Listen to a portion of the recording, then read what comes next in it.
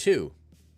Jonah prayed to the Lord his God from the stomach of the fish and said, I called out to the Lord from my distress, and he answered me. From the belly of Sheol I cried out for help, and you heard my prayer. You threw me into the deep waters. In the middle of the sea, the ocean current engulfed me. All the mighty waves you sent swept over me.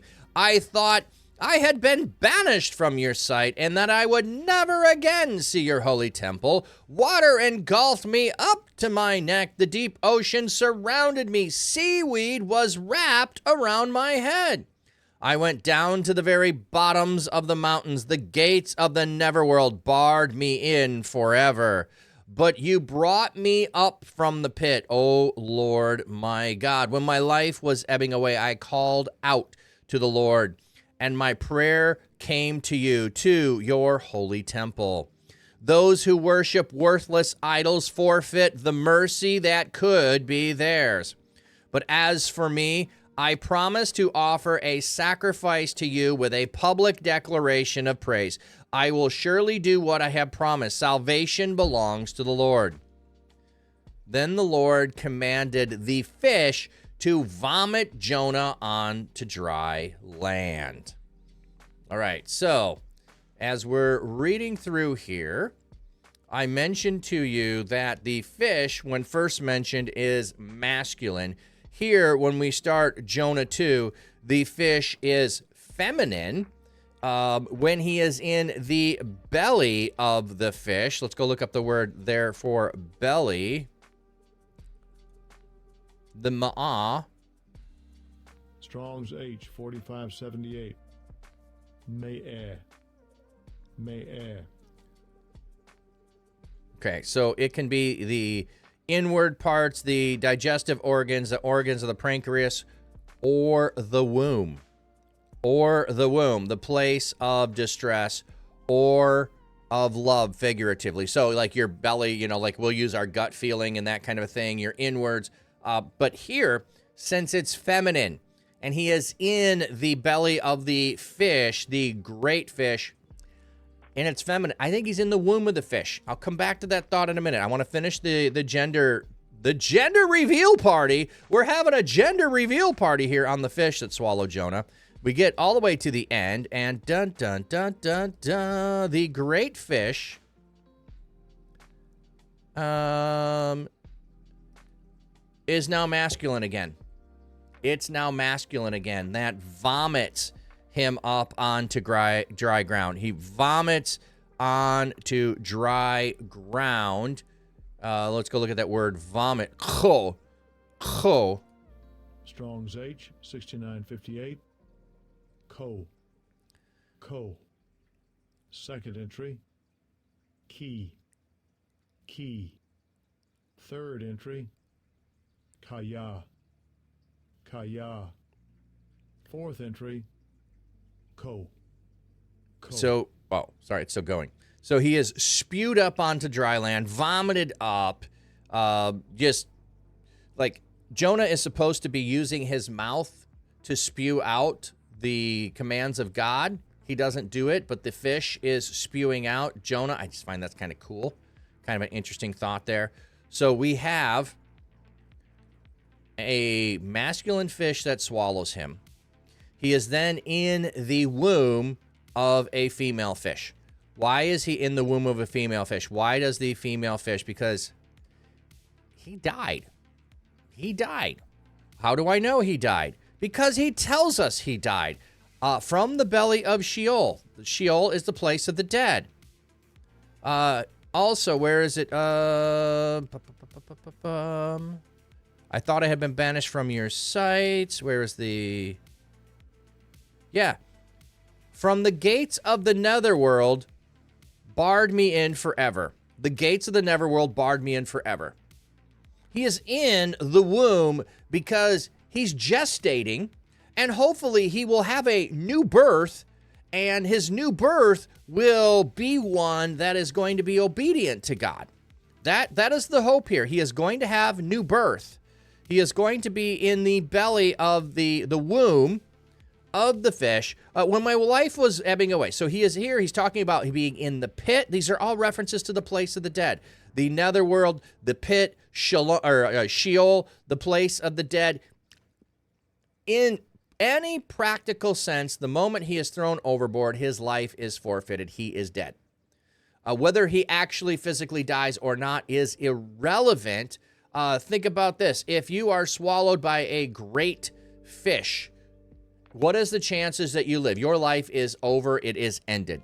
Okay? He is in there for 3 days. Does this prayer happen on day 1?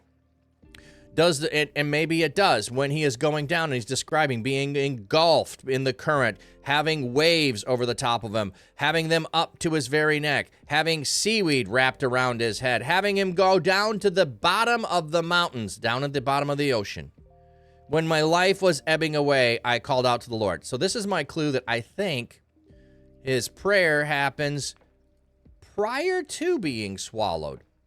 Prior to being swallowed, perhaps, that is when the prayer happens. Some would say, oh, it's on day 3, he finally prays, but I think it happens.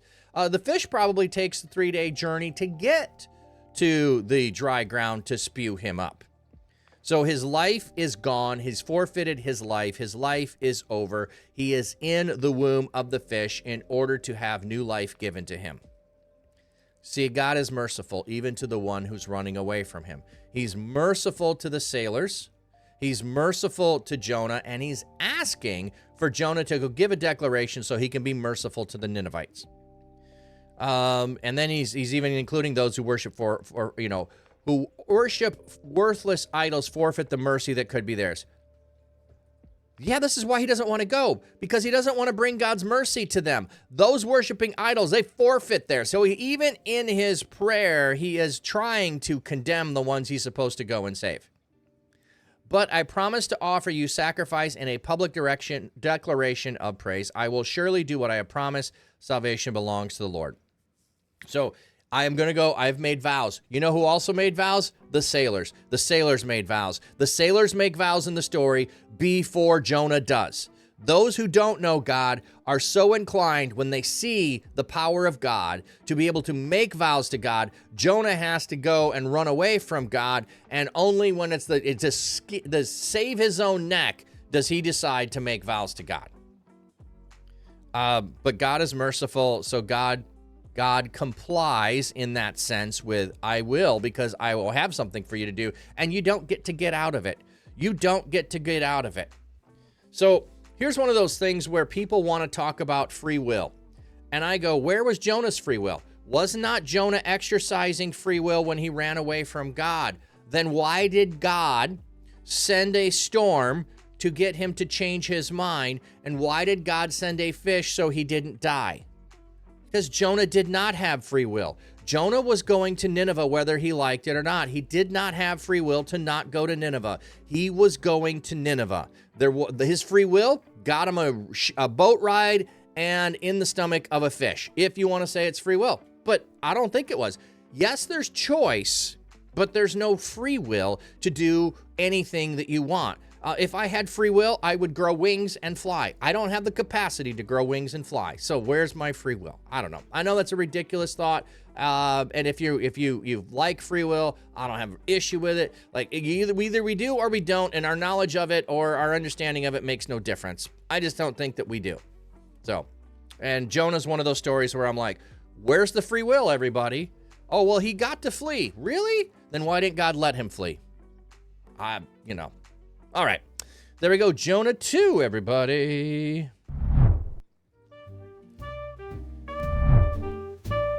Thoughts or questions there on the gender reveal party?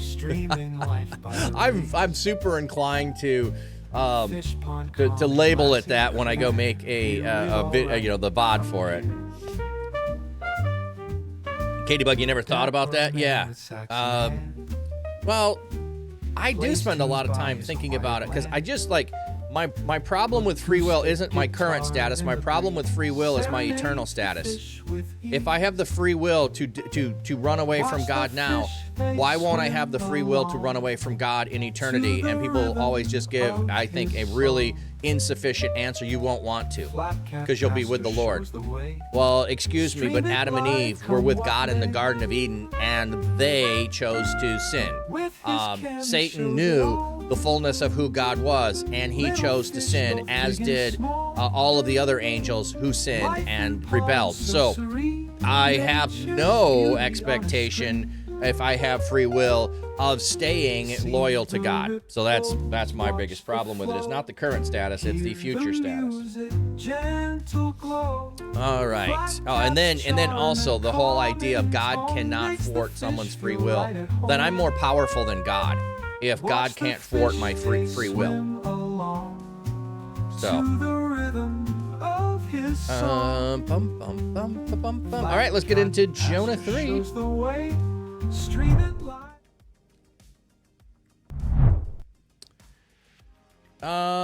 Katie Bug.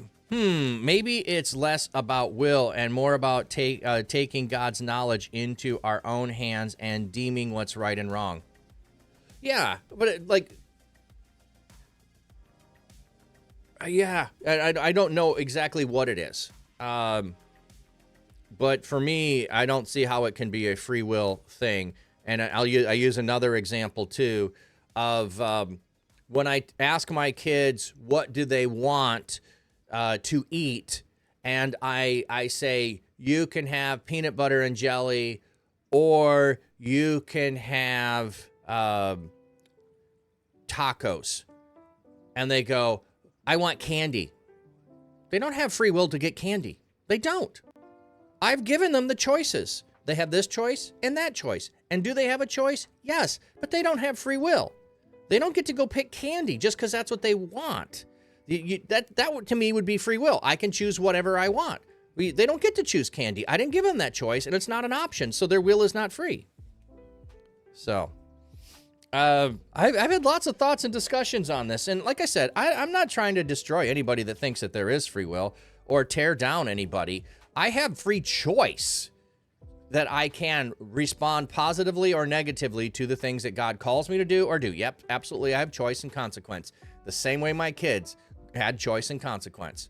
You can do as I instruct, or you can stay within the choices I give you. And if you're like, well, I don't want either, well, then that's a choice too. And you can have nothing for dinner, and I don't have a problem with that, unless it was an ongoing, consistent thing, which my will is going to outlast your will. So, like, Katie Bug, we had a great conversation, but like you hang around me for a while, it's like, yeah, you're gonna get some thoughts that are like nobody out there is sharing these thoughts and ideas. Like I said, I have more questions and I poke more holes in things than I probably give answers, but I like living in the unknown. I love living in the mystery. Because here's the problem I see. When I have all the answers, I stop seeking after God. If I have all the answers, I stop seeking after God. If I fully comprehend and understand all of who God is, then why do I need to go read his word again? I don't need to. I need to go and keep reading God's word because I don't have all the answers and I can't comprehend all of it. And I need to continuously grow in my relationship, in my knowing of God, my yada, my relationship, my experiential relationship with God, and I get that both through life and through his word. Yeah, we were never meant to have all the answers. I don't think we can have all the answers, even in heaven. Well, here's my hope and my expectation, and I think it's a both and. There's some who think that in the moment that we are in a resurrected body, we will have all knowledge. I don't think so, because God created us to be growing and growing in knowledge and wisdom and stature. I'm going to use the phrasing around Jesus. That's how we are created as beings to be. So if we are created as beings to be those who are growing in knowledge and wisdom, why would we have matrix download and not all of a sudden have learning? I think continuous learning is going to be a part of eternity. I mean, to me, that's what's going to make it exciting. I'm going to be able to go spend however long, let's just say it's 6 months, learning a new language, and then go talking with people in that language who knew the language, and then experiencing that. I'm going to continuously learn and grow. Like, I'm not just going to have a download and have no learning. There's going to be constantly more stuff to learn. Luces. He really likes to push the envelope or mess up traditional songs. Oh, yeah. That's a whole side. Oh, what song was it?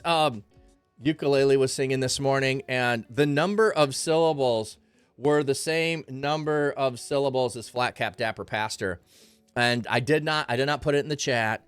But like, I had the thought of, boy, that would be a fun song to sing that would just have the same syllables as Flat Cap Dapper Pastor. It would have fit in the song. It'd be anyway.